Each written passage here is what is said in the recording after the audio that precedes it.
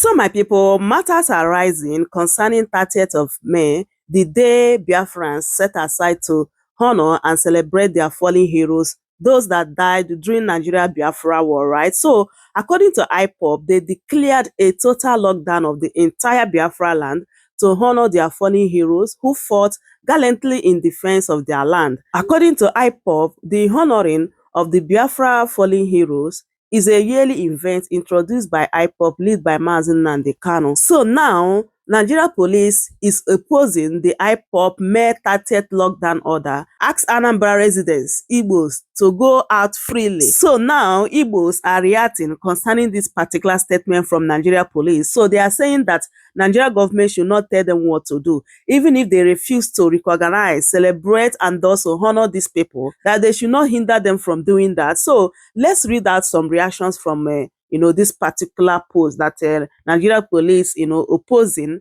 the particular order from IPOB. So this person said, allow people to be. May 30th is a sacred day for Igbos. Allow us to mourn our own. And another person said, if Nigeria choose not to remember anything about the Civil War, then Nigeria cannot stop anyone to remember it. Exactly. And this person said, they have been doing right from the time I am small. May 30th is a Biafra Hero Remembrance Day. Let no police officer go die for what he or she doesn't know. And this person said, things that are not necessary. 30th of May is a Biafra Day and all Eastern region recognize that day. Not just Eastern region, worldwide, even before I was born, 30th May is a thing in the East. And this person said, Nigeria government should obey the will of the people of the Southeast. Exactly. I think people remembering or honoring this particular day is not necessary because of the order from IPOB, because they have been doing this, right? This to honor those that lost their life during Nigeria Biafra war. And I think if people stay at home, not really because of IPOB says so, but because everyone can come to understanding that there is need to observe respect to those that were killed during Civil War. And there is emotional attachment to it. Honestly, one thing Nigeria government refuses to understand is that Igbos, Biafrans will never forget this Biafra Nigeria war. So this is reason why 30th of May is so special for Igbos, that this emotional attachment with this day. So now the argument is that because of WAEC and children going to school and all that, which IPOB said that they have written to the WAEC informing them of this Biafra Heroes Day. So I believe that most of Igbos are sitting at home just because they want to, not because of the order from IPOB, because they have been doing it for a very long time, right? So I don't know what you think. I would love you guys to leave your thoughts in the comment section about this matter. Let me drop this video here for you to watch to see what they are saying concerning this matter as well. Please do well to subscribe, like the video, share it as well. Thank you so much for doing so. The Nigerian government is asking IPOB not to celebrate May 30th, Biafra Remembrance Day, a day to remember all the fallen heroes, those that fought the Biafra war and lost and sacrificed their lives during the process. Now, Southeasterners are being asked by the federal government, do not stay at home, because IPOB has declared total sit at home May 30th in Southeast Nigeria for Biafra Heroes Memorial Day. The government has come out to say, no sit at home on May 30th. Do not listen to IPOB. Do not stay in your houses. Go about your daily activities. IPOB do not have a say in Nigeria. That is what the Nigerian government is saying. However, another agenda is that IPOB has been accused of stopping young students in Biafra land in the Southeast from writing their exams, because I believe during that time there's a WAEC exam. So there's this thing people are talking about, that IPOB is stopping students from going to write the exams. Well, we know that in the history of Nigeria, there's a Biafra war, there's a civil war in Nigeria, and many people lost their lives. And it is the right of these people to remember those that lost their lives, to remember their people. It is their right to remember those that gave up their lives for a struggle. We have June 12th, Abiola, and the federal government acknowledges a day for Abiola.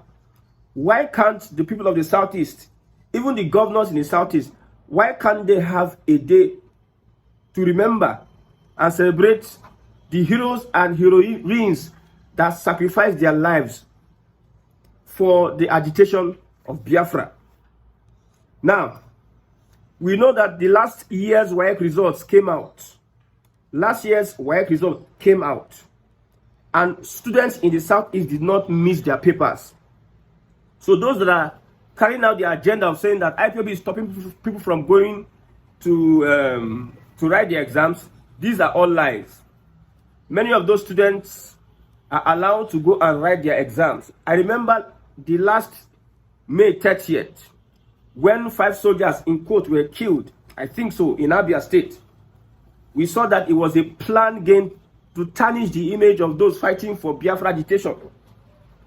Imagine, with all the checkpoints in the Southeast, some unknown men had to go through those checkpoints and came to the center of the market, a popular place, and they shot Nigerian army. I think they killed 5 of them. All the checkpoints, with all the checkpoints in the Southeast, these people were able to maneuver the checkpoints. It tells you a lot about how the Nigerian government wants to kill the agitation of Biafra. Whether it is IPOB, we know that we have many groups that agitate for Biafra in the Southeast, not only IPOB. So, because IPOB became so popular through Nnamdi Kanu, that's why many people are talking about IPOB. There are other agitating groups in the Southeast. So, IPOB, out of respect, the people would want to come out and remember Biafran fallen heroes. Would want to come out and remember Biafran fallen heroes. Out of respect, they don't even need an IPOB to tell them to sit at home. I tell you that an average Igbo man is hoping for Biafra, an average Igbo man. Forget the politicians that are having positions that are using money. A typical average Igbo man is tired of Nigeria and wants Biafra. So if you are thinking the IPOB would be the ones that will be dictating for them by force, some people willingly will want to stay at home in honor of those that lost their lives during Biafra's agitation, during the civil war, the quest to achieve the Biafra nation. See, we need to understand one thing, that anybody that is fighting for the liberation of their people is always tagged a terrorist. Treason. They are charged with treason in all of Africa. The current structure that is created by the British, the Europeans, the imperialists, if you are fighting against this structure, they will tag you a terrorist, a treasonable person. The West does not want Africa to develop. So any element that rises up from Africa to want to liberate Africa, they will call you a sort of bad name. Look at Ibrahim Traore of Burkina Faso. Look at the media propaganda. You see, the Americans are being exposed. BBC is being exposed. Many people have been exposed of their reportage on Burkina Faso.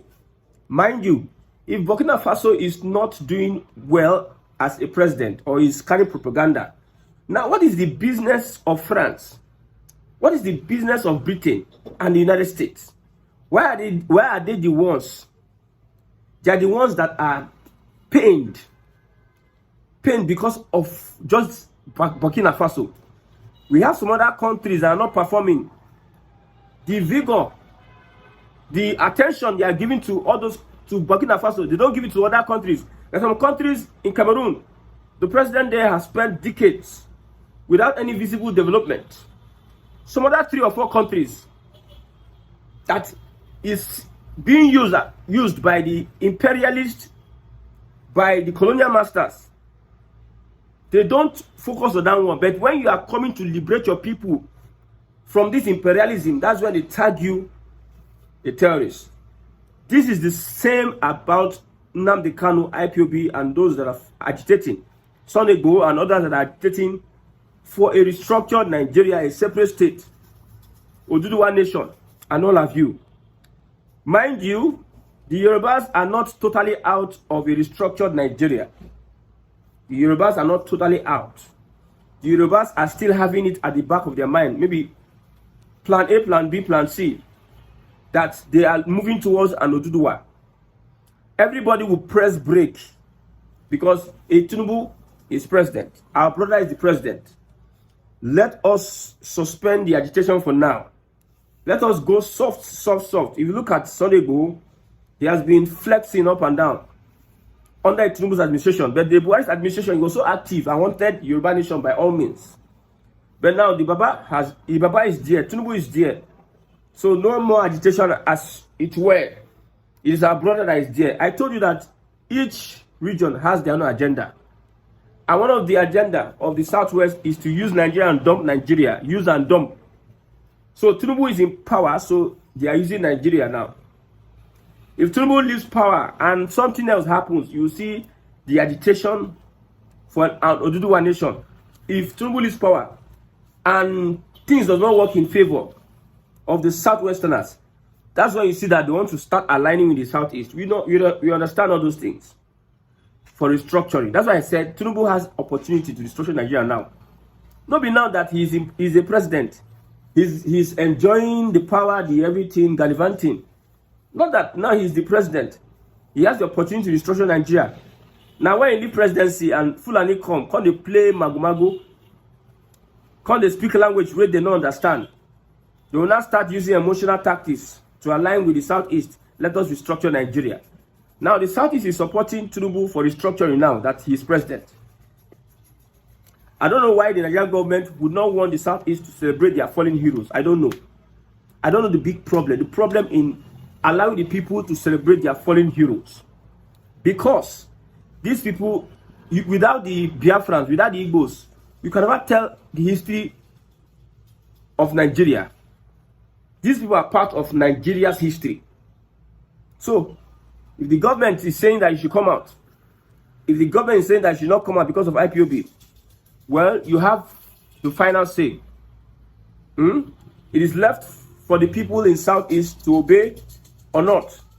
If somebody decides to stay at home, you will not force the person to come out.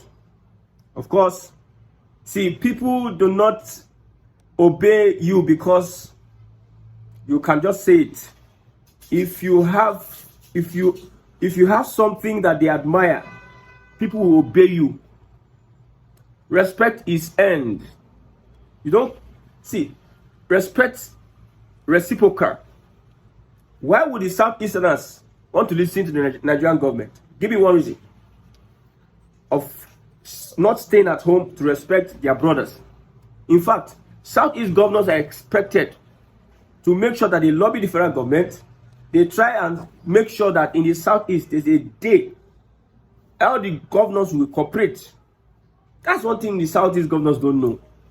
They don't just know how to win the hearts of people in the Southeast. This May 30th, is dear to those in the Southeast. That's why tomorrow, Samanepa will just come up and people will follow him. You'll be wondering, say Igbo people, they follow person foolishly like that. It's because there's something that brings the Igbos together, which is the Biafra agitation. Anything concerning Biafra brings Igbos together from all walks of life. Igbo together. The governor should take advantage, support the people, be on the side of the people, and declare May 30th as a day to remember Biafra fallen heroes. But they will not. They will not. That's why they are always anti-people. They don't get the mandate of the people. Let's listen to what this man says. After Tinubu's presidency, Yoruba nation will be activated. Sunday Igboho is no longer agitating but enjoying life in Germany. No talk for referendum or true federalism because his tribesman is in power. The Southwest governors know how they can mobilize for their people. Look at what happened to Abiola. OPC was created. OPC like IPOB. OPC like IPOB was created. And this OPC became a force to defend the Yorubas. They were killings upon killings, but they stood their ground. And they were able to achieve a day honorable for Abiola. But the Southeast governors, nobody is going to come together to agree at anything. Nobody is coming together to agree at a particular thing because those in position of power, they are the ones that are making Igbo look useless on the continent. If you look at Boko Haram attack or whatever attack in the southwest, you see how people will come together. Men and women will come together and make sure that they unite irrespective of party, irrespective of religion. They unite. The Yorubas unite and stand for their own. Look at the Sunday Igboho. During Buhari, they almost killed this guy. However, how he got into Benin, we don't know how he got into Benin Republic. Even in that Benin Republic, Yoruba leaders stood for Sunday Igboho. Yorubas in Benin Republic stood for even though Burutai was an ambassador to Benin Republic, they wanted to use Burutai to kidnap Sunday Igboho the way they kidnapped Nnamdi Kanu from Kenya. They wanted to kidnap Sunday Igboho from Benin Republic. But it was resisted because these elders from the southwest came together and they defended their own son. But here we are in the southeast. We have a 30th May to celebrate our fallen heroes. Look at leaders left, right, and center. They're just there. They go there. They commit all sorts of atrocities. They play politics. They don't even stand and align with the people. They use foreign outsiders against their own people. Like Ehubu Sodima using Fulani against his own people. See, May 30th is May 30th. In history of Nigeria, May 30th is May 30th. A day to remember Nigeria's fallen heroes. That is what we are going to talk. See, if you talk about Pan-African leaders, people that are Pan-Africanists, you talk about Ibrahim Traore, Nelson Mandela, people that fought for African liberation, you also call Nnamdi Kanu's name. See, this system we are practicing, it will not work because the foundation on which it is built will never make it work. You cannot build something on a faulty foundation and expect that thing to work.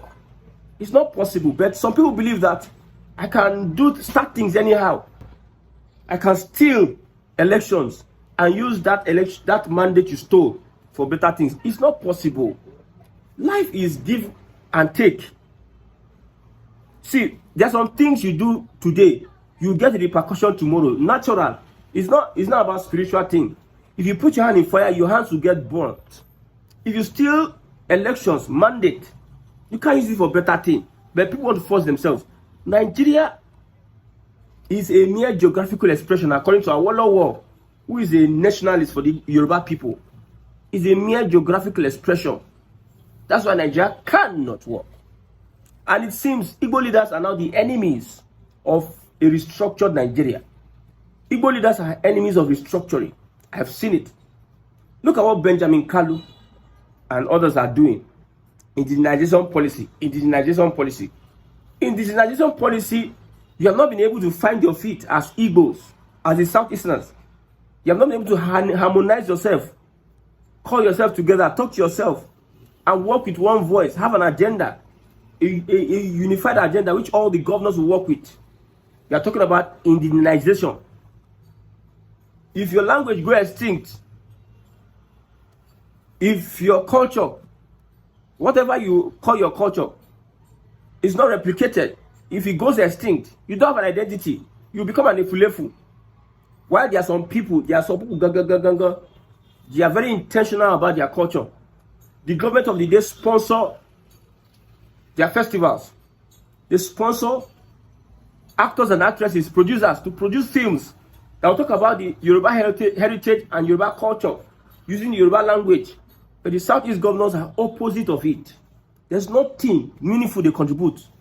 They believe that if I build government house, if I build road, if I build hospital, I build school, I don't do something. I've told you, a primary six student with money can do all those things. There's nothing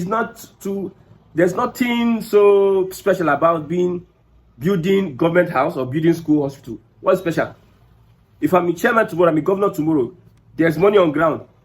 You call contractors, this road, let's do it. You carry money and give them, they build it. What special thing? But there are some people that are intentional about upgrading themselves, their skills. Intentional about make sure that they improve every day. The Yorubas are intentional. But our own Southeast governors, they are just there. Anywhere but their face, no direction, no nothing. May 30th, all Southeast politicians, they are supposed to come together and make sure they support. They talk about the Biafra fallen heroes. They will stay there. The Nigerian government will be making caricature of the Igbo people, and they just keep quiet. They don't care. We have elders in the Southeast. Things are going on. They will not talk. When they start abusing elders now, they will not come. Respect your elders. What kind of stupid respect is that? The languages are going. Our young people are not embracing the culture as it's supposed. Go on the street, normal streets, in other places. A Yoruba man wears Yoruba attire on like every day, an average day. An Hausa man wears his Hausa attire on average day. But it's very hard for you to see an Igbo man to wear his attire like normally. Just wear it on a normal day. Your Ishiago, you wear it on a normal day. When I go on the streets, Hausas will just normal. You see Hausas representing without anything. But when an Igbo man wear his stuff, it looks somehow. Because we have people, so-called elders, so-called traditional rulers, that have not been able to, they are not visionary to know that there are a lot of things they can do to be able to improve adherence to heritage and structure of the Igbo people, the history of the Igbo people. May 30th now, they are rubbishing it before our eyes. The Nigerian government is rubbishing it before our eyes. And we are doing as if we don't know what is going on. We are just quiet. Nothing. Nobody's doing anything. Nobody. When they start abusing these guys, they will start saying all sort of rubbish. Rubbish. See, nothing can stop the agitation because it is an ideology. Nothing can stop the agitation. I repeat, because it is an ideology. Nothing can stop Yoruba Nation agitation because it is an ideology. Number two, Biafra is older than Nigeria. And number two, Yoruba Nation is older than Nigeria. The nationalities in Nigeria are older than Nigeria. Nigeria is a creation of the British, of the imperialists, of the company, Nigeria company. Nigeria is just a business venture that people are using to benefit. When you want to revert to the old position, the people that are using that business venture, using Nigeria to make gain, will start calling you terrorists. Start saying you are treason. Find a way to decimate you and kill you. That's just what is happening. And before our eyes, we have our leaders complicit of that. Whether you don't like IPOB, whether you don't like Masobo, whether I don't like my face as an Igbo person, or if I'm dressed like an Igbo person, it does not stop. People will always remember in the next 1,000 years, 1,000 million years, people will also always remember their people that died during the Biafra civil war. However, I'm calling on President Bola Ahmed Tinubu. I'm repeating this again. I'm calling on President Bola Ahmed Tinubu to release Nnamdi Kanu before May 30th. Release Nnamdi Kanu before 30th.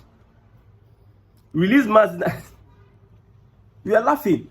You are laughing. There's some updates I got of recent, but I will not say anything. I'll just be looking. It is good for the Nigerian government to release Nnamdi Kanu.